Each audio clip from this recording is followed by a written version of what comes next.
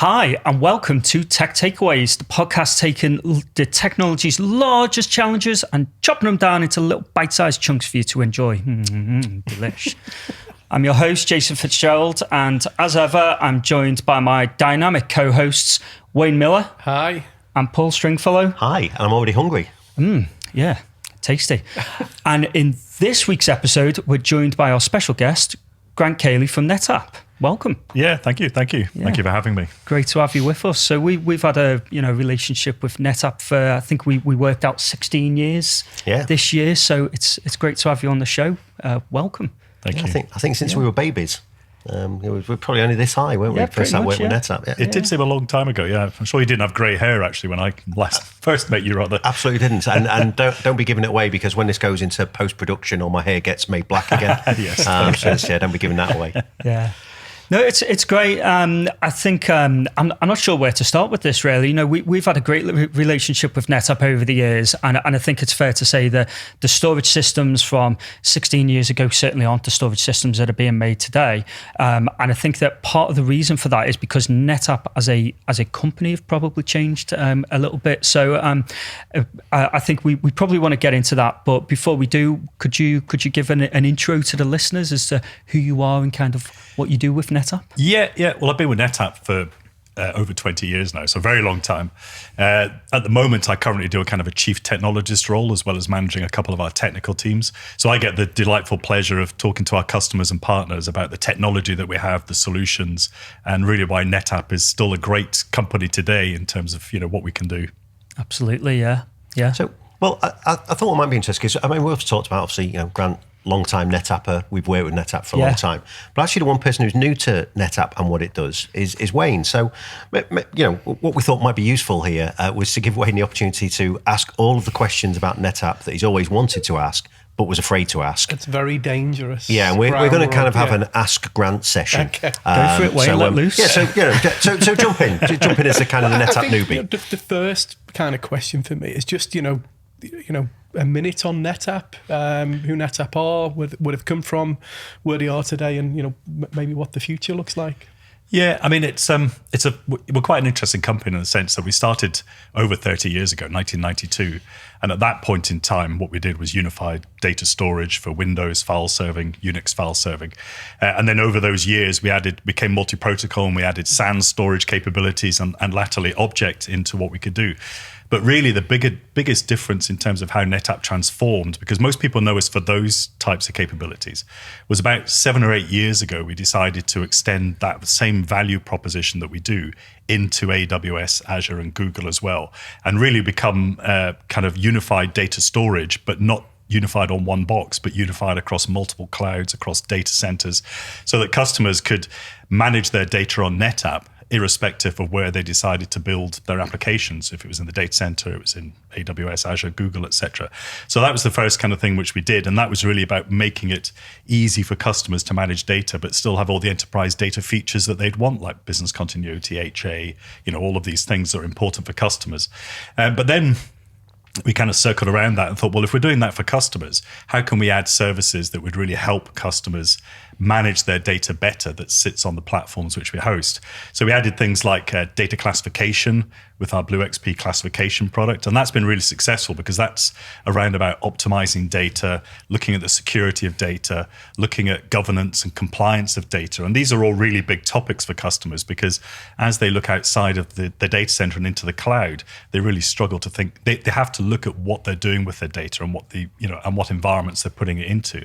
And that classification tool lets them do that. But then also we sit further around that in terms of providing observability and management tools to help customers manage their infrastructure as a service across on-prem and cloud.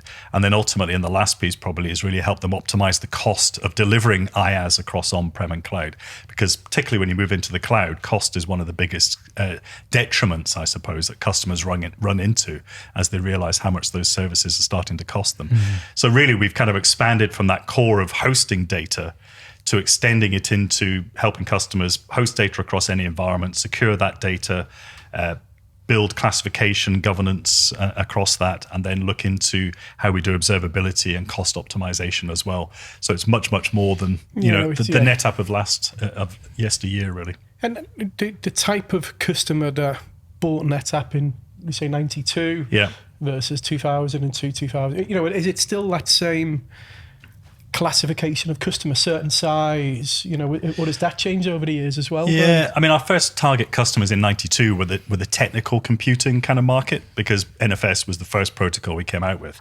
And that was aimed at technical audiences, writing technical applications. The dot-com bubble, when it burst in 2000, meant we had to look wider. So we developed into enterprise markets, and FSI and financial services became one of our biggest kind of customer bases.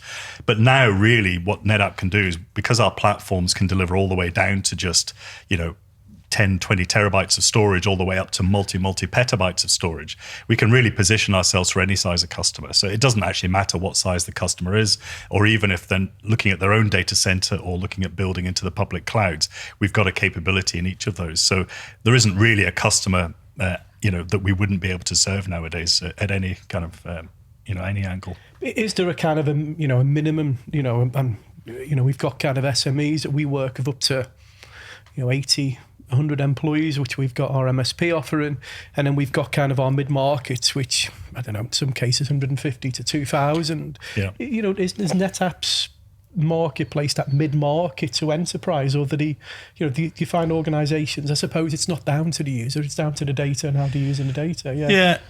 Actually, our low-end boxes, because the thing about having a unified platform is that it's the same experience whatever size of customer. Okay. And the low end, right down at the very small customer market, we've got very small companies running on NetApp, because you're right, it's really about how much data you're looking to store. And our kind of very low-end platforms, you're talking about 8, 10 terabytes of data, which is pretty much any customer nowadays from a starting point.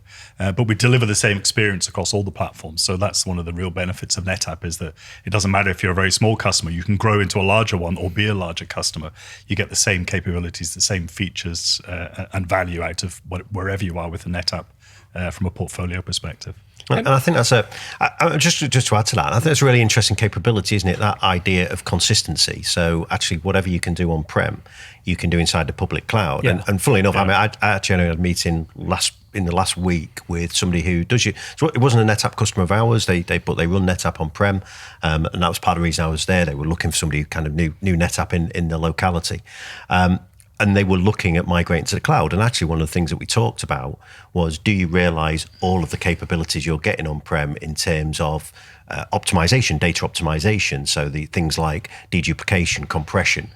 So because before you move that to the cloud, you have to realize that while you think you've got this much data on-prem, when you actually start to explode that out and put it in non-NetApp storage, have you done the calculation to say how big a leap that data is? Hydration of data is a real problem because people are used to on-premise, we're getting all the storage efficiencies, but when they go to the cloud, they have to hydrate their data back out. Yeah. And that's expensive, whereas we keep the same technologies on-premise and in the cloud. Yeah. And actually, if you're on a journey from NetApp to NetApp in the cloud, you don't even have to rehydrate the data. It stays and it's I didn't even know compressible. that was a thing, by the way. Yeah, big cost thing, Rehydrating data. So every day's a school day, Wayne. Every day. It is here. So what you're saying is, I don't know, a gigabyte or a terabyte of data, when you use a NetApp, can be reduced into a smaller portion of data, but then when you were to use a third party, you've got to rehydrate that. That's right, yeah. So NetApp is really good with storage efficiencies. So snapshotting is part of that. So being able to take an instantaneous copy of the data, but also dedupe and inline compression really shrinks that data down at the point at which you're writing it. What's really powerful about the cloud offerings for Amazon, Azure, GCP is that when it's used in connection with NetApp, you're not rehydrating that data. You're taking it from on-prem and just pushing it over. All of the storage efficiency is pretty much preserved. Yeah. And actually, it makes a difference when you consider how much data you normally have to move in and out of the cloud, because it also keeps that ingress and egress cost and time to do it reduced as well. Yeah. So it does make and a lot of our customers actually use this in the cloud because of the cost of storing data.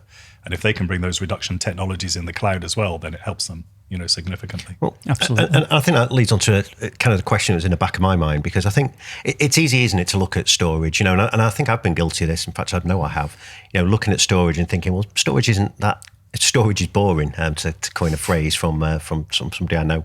But actually that idea that actually storage isn't the sexy part of IT. You know, people look at storage and think, well, you know, but actually as we move into a world of AI and machine learning, where we've got these massive data sets that we need to be able to utilize and take advantage of, actually storage probably needs to be way much more of a concern than perhaps people are giving it credit for. So are you seeing kind of the conversations, because you talked in the intro about, you know, your role is to talk to customers. Yeah. You know, so are you seeing kind of the NetApp buyer changing, or are you seeing that the reason that, you know, what are the main use cases, I guess, that people are coming to NetApp for now and seeing that NetApp can do something for them?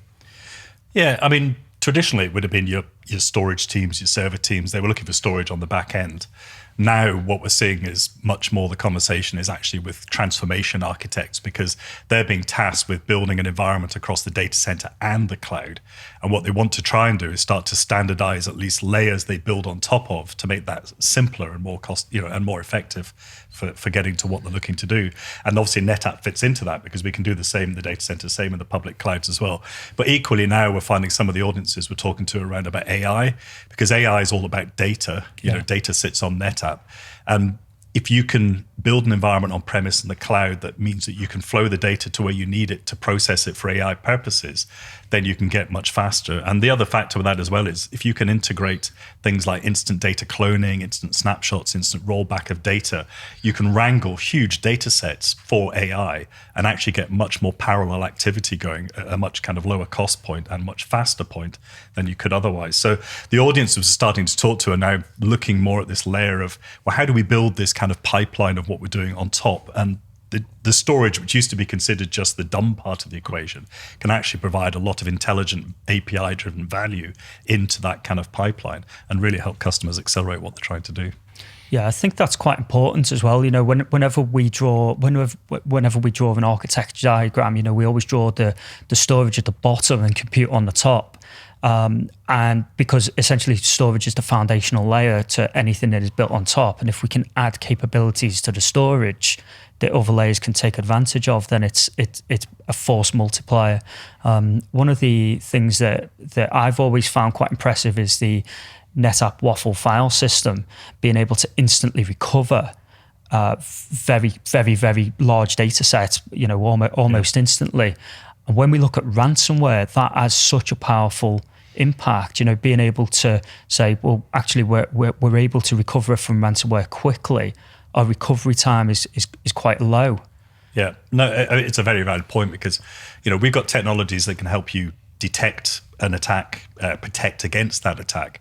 But the most important part for most customers, and I talked to a CEO at one of the kind of national infrastructure companies that, you know, that run our infrastructure, and they said the most important thing to them was actually being able to recover from the attack. Right, they know they will get attacked at some point. It's an inevitability nowadays. But the question for them was, can we recover, and how long is that recovery time?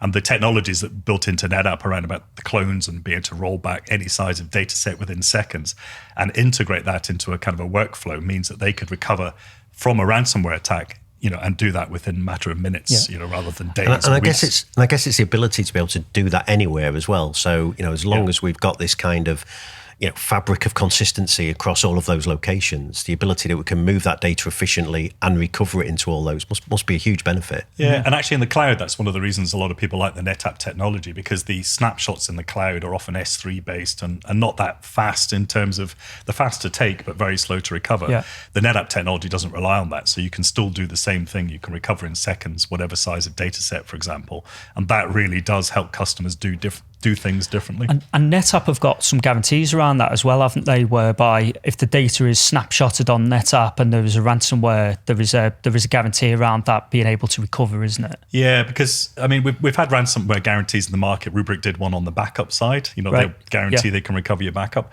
What we do is on the primary storage side. So we guarantee that if you set up the system as you should do, and we've detected an attack, we've taken a snapshot, we guarantee you'll be able to recover your data from that snapshot, but on the primary system. And the real benefit there versus a backup is it's a lot quicker to do. You know, you still need backups, don't get me wrong, I'm not saying that's not a part of the equation, but being able to recover and guarantee that you can recover on the primary platform means you can get that platform and that application up and running much, much quicker. Yeah, that's really powerful. Well, so I suppose we come to kind of the end of our time here on this show.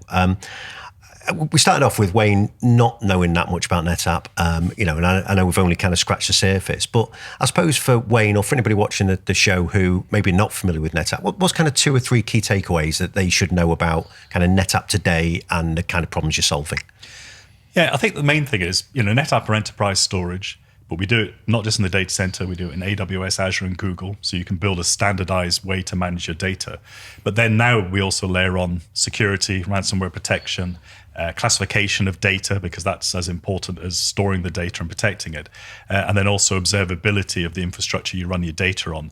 And then ultimately cost optimization technologies, both on-prem, in the cloud, and actually in the cloud for compute as well as data storage.